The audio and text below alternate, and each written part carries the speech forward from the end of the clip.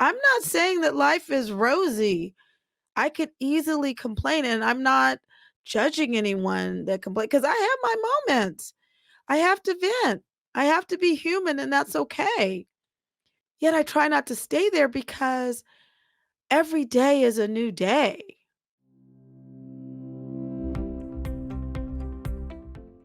Hi, welcome back to Joy in the Pivot. I'm Dr. Phyllis, your host, and in today's episode 37, I have one question for you. Are you having fun? Are you having fun? I'm going to give you a minute and let that sink in. Are you having fun? There was a time in my life not too long ago when if you had asked me that question, I would have given you a resounding no. Now, honestly, it would have taken me some moments because I was still on that treadmill that I had created in life by me trying to work everything and fix everything and control everything and be the perfectionist and so caught up at work that I had lost sight of what God's plan for me, what his purpose was for me. And in that time, in that season, I could tell you I wasn't having fun. I kept waiting in the back of my mind that there would come a time where I would have fun or I would have joy. But that just was not something that I thought about on a regular basis. And at that time when I really had to face that, it made me wonder. I remember as a little girl how I would just have joy in just the small things. My mom was such a creative person, a person who could take a few coins and create wonderful experiences. I can remember going on field trips with her. Now, I'm probably dating myself when you hear this, but there used to be a Wonder Bread factory that was not too far away from us in California here. And she would take my friends and I to the Wonder Bread factory. Now, understand that my mom was an outstanding teacher, so she knew how to be creative and make field trips. But we would love it wearing the little Wonder Bread hats that they'd wear at the bakery and in the manufacturing company. And then there were times where we would go and just walk around. It's called Port to Call in Long Beach. And they'd have little shops. I mean, that was the excitement back then, along with the Queen Mary. But we would just walk there and we loved bread and the smell of the bread baking. It was just simple things that we enjoyed. I also remember we would go to Alpine Village. It's still around, and there's some people I know who still go there, but in its height, that was another place that we would go. Because understand, Disneyland was a place that you had to kind of save up for. My mom would save and my dad would save. My mom was more the one who enjoyed going to Disneyland. That wasn't necessarily my dad's thing. He would plan the cross country drives. He looked forward to the fishing trips that we'd hang out in our car and then with the motor home we had. But mom was the one who would expose me to these little field trips, and I love them. I enjoyed it. I enjoyed it. And then I think about how when I was little, we would have family nights. My brother, who's 10 years older, and myself and our parents, there would be Friday nights. Of course, this was probably when he was maybe back then it was junior high school.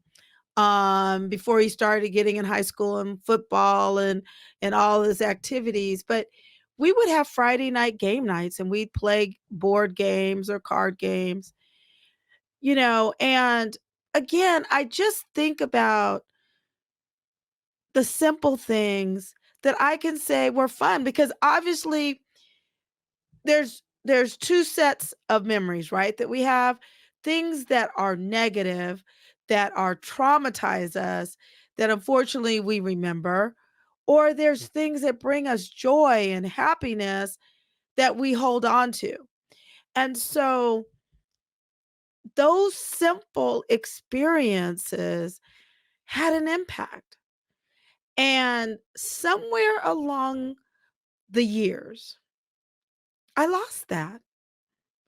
I think as I got caught so up in my training and caught up in looking for validation, looking for approval, looking for acceptance, that I got caught up in this treadmill of setting the next goal, going from, you know, because for me, and again, I went through the time of junior high school and even in elementary school, I transitioned from a more Christian based private school, bugged my parents because we had moved to a new neighborhood and a lot of the kids went to the neighborhood elementary school and I wanted to go there. I wanted to go there. And I just pushed my parents to do it. And so I went there and I'm going to be honest, being back then we're talking about in the mid 70s where in some neighborhoods there weren't a lot of people who look like me. And I had a major culture shock. And even at my private school I was at, little school, people of, kids of different backgrounds, yet the principal and her children who were our teachers, they didn't care what you looked like, where you came from. Everybody was treated the same. You were praised the same. You also received your scolding if you needed it. But it was love, Christian love, and the places that we would go as well. But when I transitioned to the public elementary school, again, back at that time, it was a major transition. And I think from there, it was just trying to find my place. And then the natural insecurities that come through puberty and adolescence. But then I felt my niche was where I might have felt awkward in more of the social settings. I eventually got on a roll with my academic achievement, with my extracurricular activities, sports, being in student government. So I think in retrospect, that that was my place. And that just continued as I went from high school to college and where I went to Stanford and Stanford University, and which was a blessing. And I will always appreciate my mom and, my parents, but I especially you'll hear me talk about my mom because that just was her focus. That she was all in about being a mom and making sure that my brother and I kept pushing and kept moving on and having all the opportunities. And for her to make sure that she and my father on educator salaries were able to put not only my brother through, and he went through University of Michigan 10 years before, but that for me to go to Stanford University. And I will never forget that, the sacrifice that they made. And that was another transition because everyone was the top of their class. And so those feelings of wondering where I fit in continued. Yet I was blessed. God always puts a ram in a bush. He always puts people in our lives at every step that are sources of encouragement and support. And my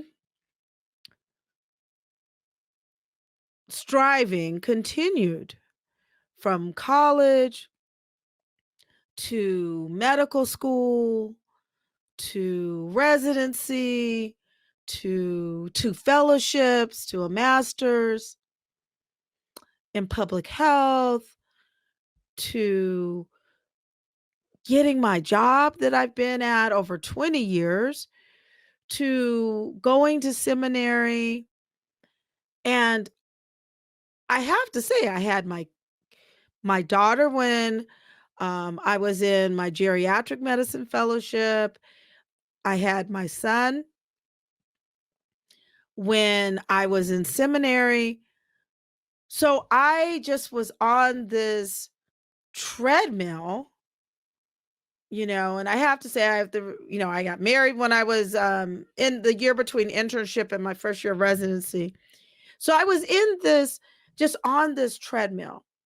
And I really didn't know anything else but to just keep moving, moving and moving. And there were times that I would say I was happy, yet I think I was so caught up in multitasking and juggling and attempting to balance that I lost sight of having fun, of truly being present in the experience and experiencing the highs and the lows and the sideways in their totality. So that's why if you would have asked me years ago, I would have said, no, I'm not having fun. Yet now I can say, I'm having fun. I am fully present. I'm enjoying the ride. Now, is everything enjoyable? No, there's some painful experiences, but yet in those, I can be grateful that I'm here. I can be grateful that God loves me so much that He wants to continually mold me and shape me, and that He's kept me this far. So I'm having fun. I'm enjoying life. And I have to admit to you, my transformational crossroads came at 55 years old. Okay, 55 years, 8 months. It's never too late. And I have to say, I'm having fun as a parent.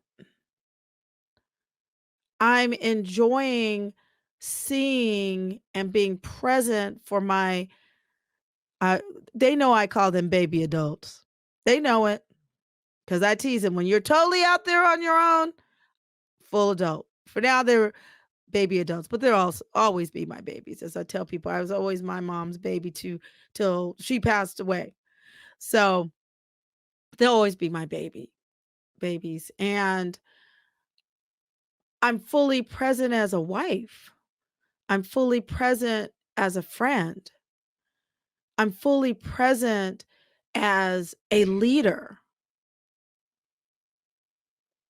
in my current role. I wasn't having fun in that other leadership position, I'm telling you. But I'm having fun in my current leadership position. not only in my quote 9 to 5, but in my leadership position in the community. I'm having fun coming and being with you every week because I want you to have fun. With the years of working as a hospice and palliative medicine physician, I've shared with you before that in my time in as a physician, I have worked with patients that are in their 20s. They're in their 30s, they're in their 40s. They're in their 50s, they're in their 60s and above, that they're coming to the end of their earthly life. And it's not because I'm so great that I'm not in their position. So when people ask, "Well, how are you doing?" And I tell them, "Well, I'm fully blessed. I'm blessed." And then they'll say, "Oh, I wish I could say that." And I tell them, I said, I'm not saying that life is rosy. I could easily complain, and I'm not judging anyone that complain because I have my moments. I have to vent. I have to be human, and that's okay. Yet I try not to stay there because every day is a new day. Every day is a day to experience, and I just thank God so much that he's loved me so much, that he's given me so many chances, and he loved me so much that he pulled that emergency cord on that treadmill so that I could pivot into a better season. And that's why I come back and ask you, are you having fun? Are you fully present in your life? Or are you just going through life on autopilot? Or do you feel like it's too late to change? Are you feeling overwhelmed? Are you feeling depleted? Well, these are all normal human experience and emotions that can happen. They're not meant for us to stay there.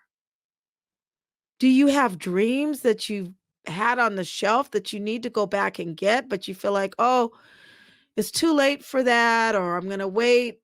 It's not too late, but you have to start. You can't keep talking about it.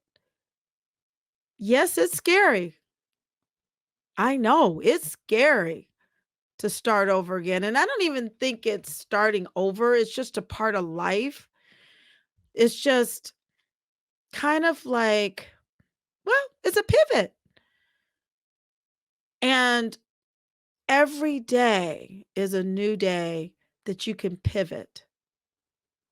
And I want you to pivot your mindset, pivot your mind, pivot your spirit so you can pivot your feet into God's purpose and plan for your life. It's never too late. It's never too late. You have nothing to lose and all to gain. Joy, fun, but you have to give yourself permission. Sometimes there's narratives, tapes, videos, recordings that play in our life, in our mind, not our minds, that tell us that we can't move forward or we don't deserve to move forward or we're not worthy to move forward. And it's not true. That's just the evil one. That's just Satan trying to keep us down. You deserve it. You can do it, sis. I have full confidence and faith in you. Because if I could do it through God's mercy and his grace, if I could do the hard work, the scary work, you can do it too. I love you. I see you. I see you. I see you out there getting up every day to take care of everybody else. I see you getting up and going into work where they've, the politics, the atmosphere, the people have broken your heart, and at times it felt like it broken your spirit, and you feel like you're just going through the motions. But your life, you are too precious in God's eyes. He created you. I don't want you stuck. I refuse to let you stay stuck. Life is too precious. And you still can have fun. You can laugh. You can love. You can dream. You can be creative. You can do whatever God wants you to do. I'm here for you. And I cherish our time together every week. So I want you to ask yourself today, are you having fun? And if your answer is no, I want you to think about it. And I want you to write down why you're not having fun. Because you're worth it. No more putting it off. Let's start today. I love you. I wish you the best week until we meet again here next week for Joy in the Pivot, where I help you pivot your mindset so you can pivot your feet into God's plan and purpose for your life. Until next time, be well.